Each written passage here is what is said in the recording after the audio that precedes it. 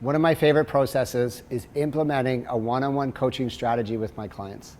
Many of my clients are doing one-on-ones with their staff or managers currently, but what we want to dive into is, are they getting the most from the time that they're investing from both parties, from the manager side and from the mentee or staff side?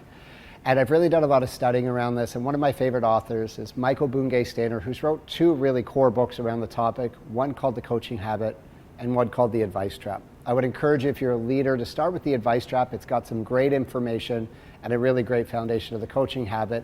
And what I use really comes from Michael's work in those books.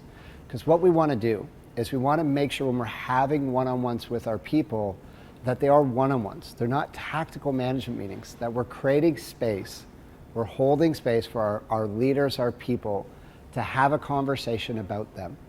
And often what's happening, and I've worked with lots of restaurant groups, that when we dive into their one-on-one process, what it really is a tactical management meeting. Tell me how your week was, tell me what you're working on, here's how to do it better. And there's nothing wrong with that if that's where your group is at. But I can tell you that our leaders and our people are looking for more. They're looking to feel connected. They're looking to feel part of the culture. They're looking to feel supported and to be developed inside their roles. And this is the process that I feel, after years of studying, can have the biggest impact on your restaurant's one-on-one process. You see me holding a page here right now. We will share this one pager with you. You can use it, you can edit it, you can customize it. But this is a process on one single page, and it takes us through 7 questions. The first question is just to follow up on the previous week. How did the last week look for you? How did it feel? A little bit of rapport building. How are you doing? Then we want to go into what's on your mind. Often in a one-on-one process, I do this with my clients all day, every day. I come in thinking about the work I want to do with them. But really what I need to do is slow down and be there for them.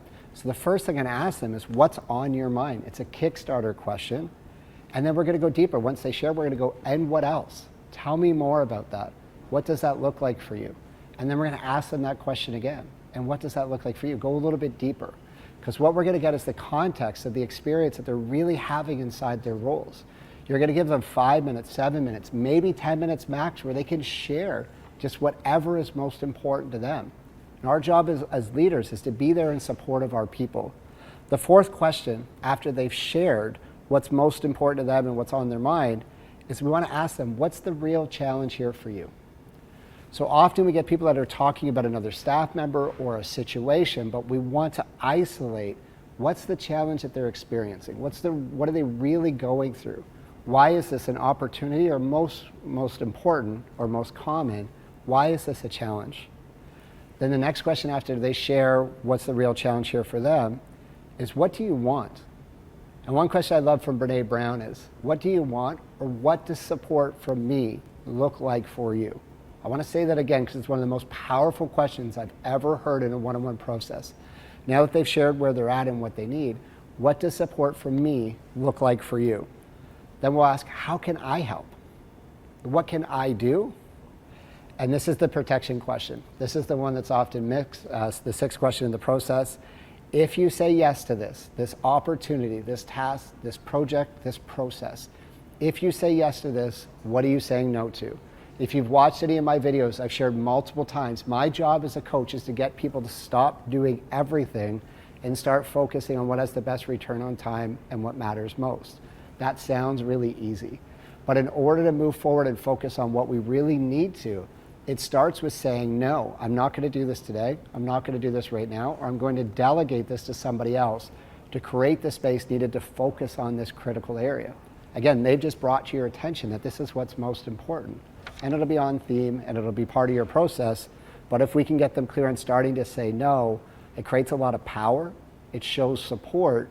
And it shows that we're giving them permission to focus on what matters most. And then the last question in this process, and this is coaching back for you, the person doing the one-on-one, is we want to ask them what is most useful, or what was most useful for you here. We can hear from them they like the way that we listened, they like the way we went through the questions, they like the way they had space to get to their own decisions. But we're trying to learn and be more coach-like, as Michael Bungay-Stanier says. We're not necessarily looking to be coaches, be more coach-like. They're going to give us the feedback of what worked from the one-on-one so we can continue to improve. Coaching is a learned skill, and often restaurant operators expect that our managers and our leaders know how to coach. I encourage you to put it into a process. It'll make stronger leaders, and it'll also ensure that all your managers are doing one-on-ones the same way, because if we transition roles or responsibilities, what'll happen is we'll make sure that we have a consistent and common process. Practice this one simple page, and it'll multiply the value you're getting from your one-on-one process.